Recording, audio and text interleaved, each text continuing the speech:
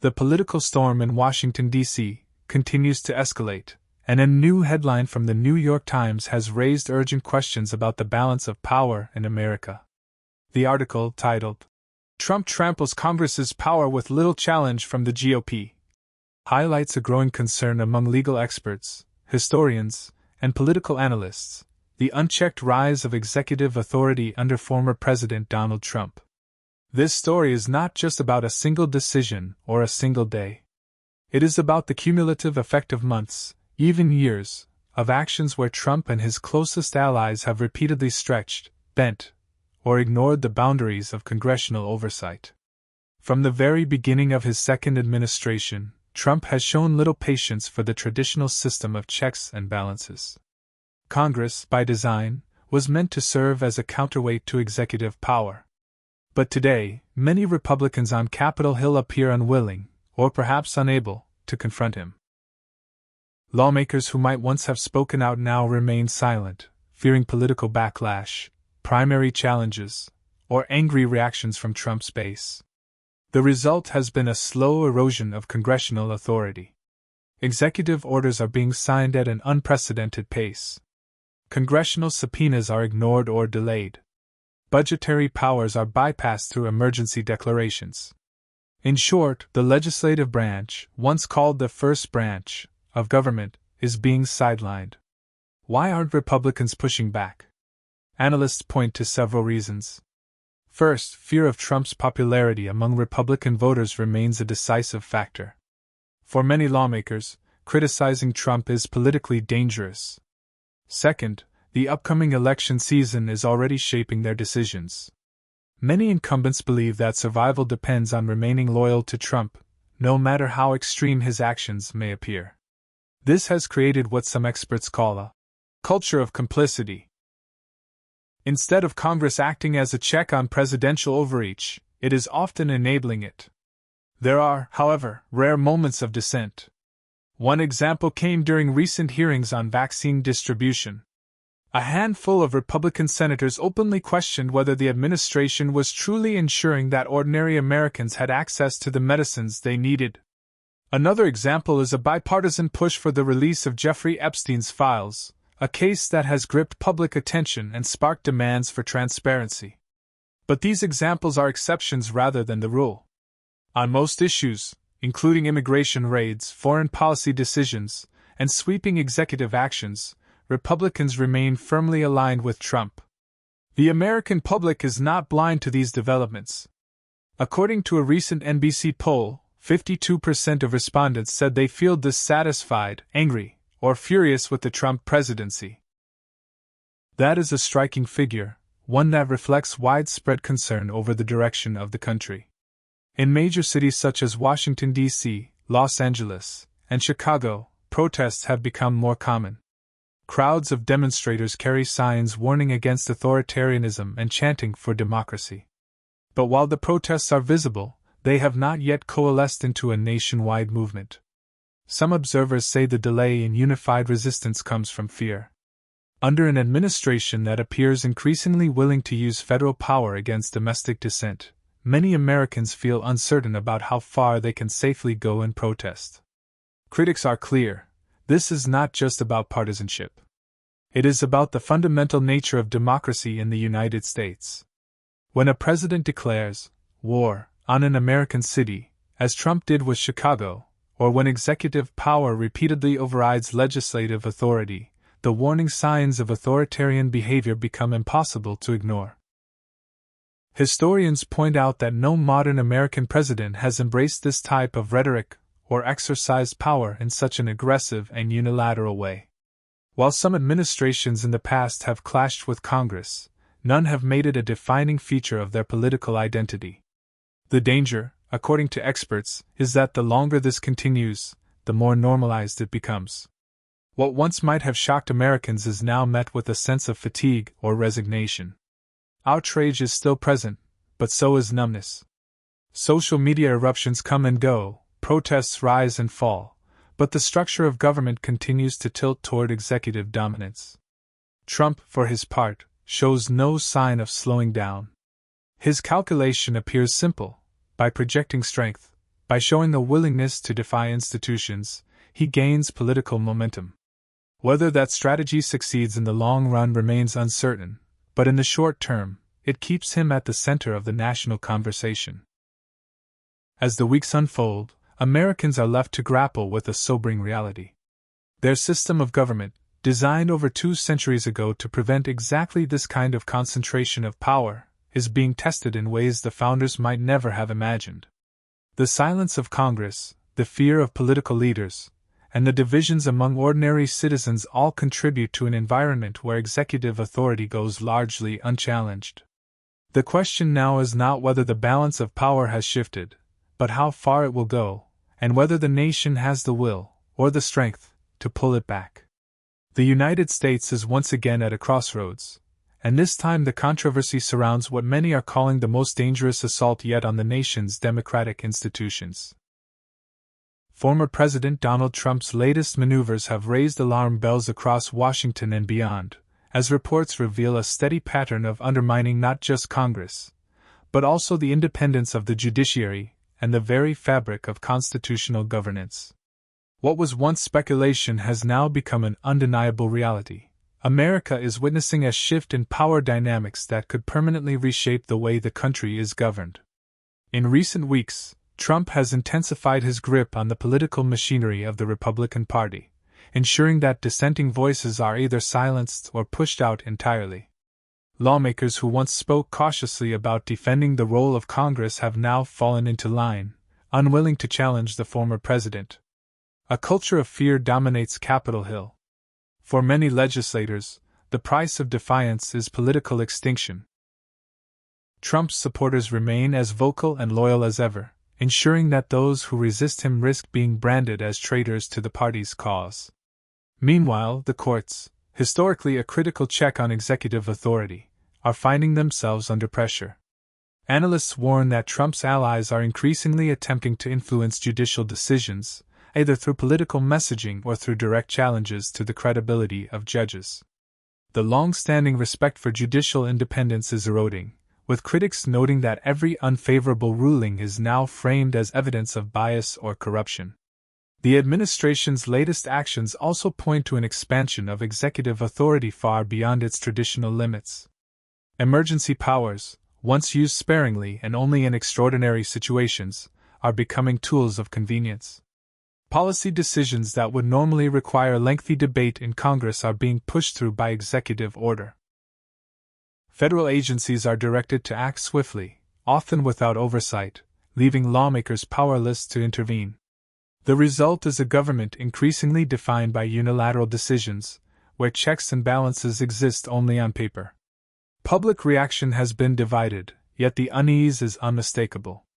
A growing segment of the population feels alienated, convinced that their voices no longer matter in the political process.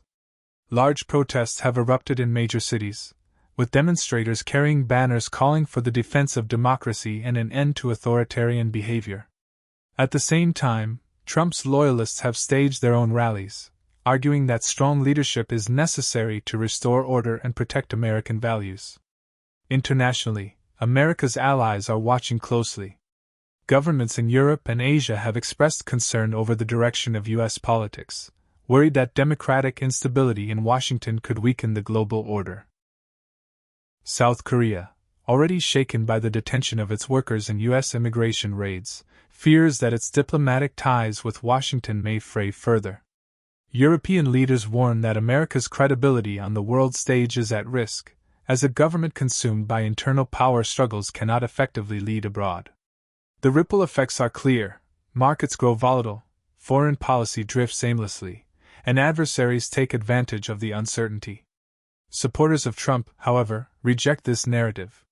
They argue that his actions are necessary to cut through bureaucracy and deliver results for the American people. They claim that Congress is too divided, too slow, and too entrenched in partisanship to address the nation's challenges effectively. To them, Trump's willingness to bypass traditional processes is not a threat, but a strength. His critics, they say, are clinging to outdated norms that have failed the country. This clash of perspectives has become the defining political battle of the moment, one that will determine not just the future of Trump's presidency, but the future of American democracy itself. What remains clear is that the United States is facing one of the greatest constitutional tests in its history. Every decision made now, every act of silence or resistance, will be recorded as part of a pivotal moment in the nation's story. For ordinary citizens, the stakes could not be higher.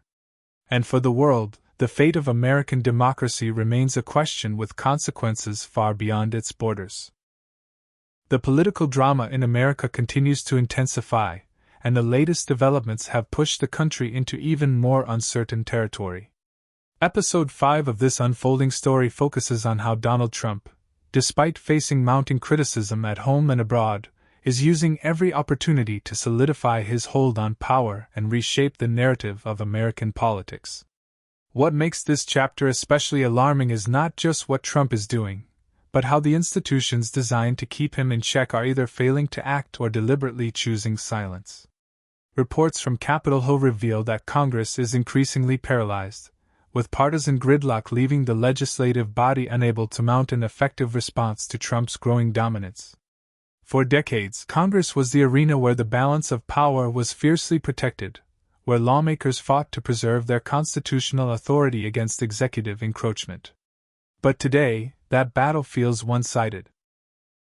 The president is moving decisively, while lawmakers hesitate, debate endlessly, or simply step aside. Even those who privately admit concern about the erosion of checks and balances appear unwilling to confront the issue in public, fearing the wrath of Trump's supporters or the collapse of their political careers. Meanwhile, Trump's media strategy has reached new heights of effectiveness. Every statement, every rally, and every social media post is crafted to command attention. By setting the terms of the national conversation, he ensures that his critics are always reacting rather than leading. Even when scandals emerge, the sheer volume of controversy dilutes their impact. What would have been a presidency-ending revelation in another era now becomes just another headline in a cycle that resets itself within days. Political scientists describe this as outrage fatigue, where the public grows numb to repeated violations of norms because they come so frequently. Public sentiment remains sharply divided. On one side, millions of Americans see Trump as a strong leader who defies the establishment and delivers on his promises. They cheer his willingness to challenge the media, the courts, and even his own party when necessary. On the other side, an equally passionate group sees him as a grave threat to democracy, an authoritarian figure who is dismantling the institutions that safeguard freedom. Polls suggest that anger, distrust, and disillusionment are at some of the highest levels in modern history. More than half of the population believes the country is heading in the wrong direction, and confidence in government is steadily eroding. International observers are voicing concern as well. Allies in Europe and Asia openly question whether they can still rely on the United States as a stable partner. Foreign governments that once looked to Washington for leadership now see chaos and unpredictability. For adversaries like Russia and China, this turmoil provides opportunity. They exploit America's divisions, strengthen their global influence, and position themselves as alternatives to U.S. leadership. Diplomats warn that if the United States cannot resolve its internal crisis, its role on the world stage will diminish dramatically. The latest controversy that dominates this episode is Trump's insistence on using federal power in ways that critics say undermine the Constitution. Emergency declarations have become routine, allowing the White House to bypass Congress on issues ranging from immigration enforcement to domestic security measures. Federal agencies are increasingly politicized, staffed by loyalists who prioritize loyalty over expertise. Whistleblowers report being silenced or punished for speaking out. The press, meanwhile, remains under relentless attack, described by Trump as enemies of the people rather than watchdogs of democracy. Civil unrest is spreading across American cities. Protests against authoritarianism are growing larger, with citizens demanding accountability and protection of democratic norms. At the same time, counter-protests led by Trump supporters create scenes of tension and conflict in streets and public squares.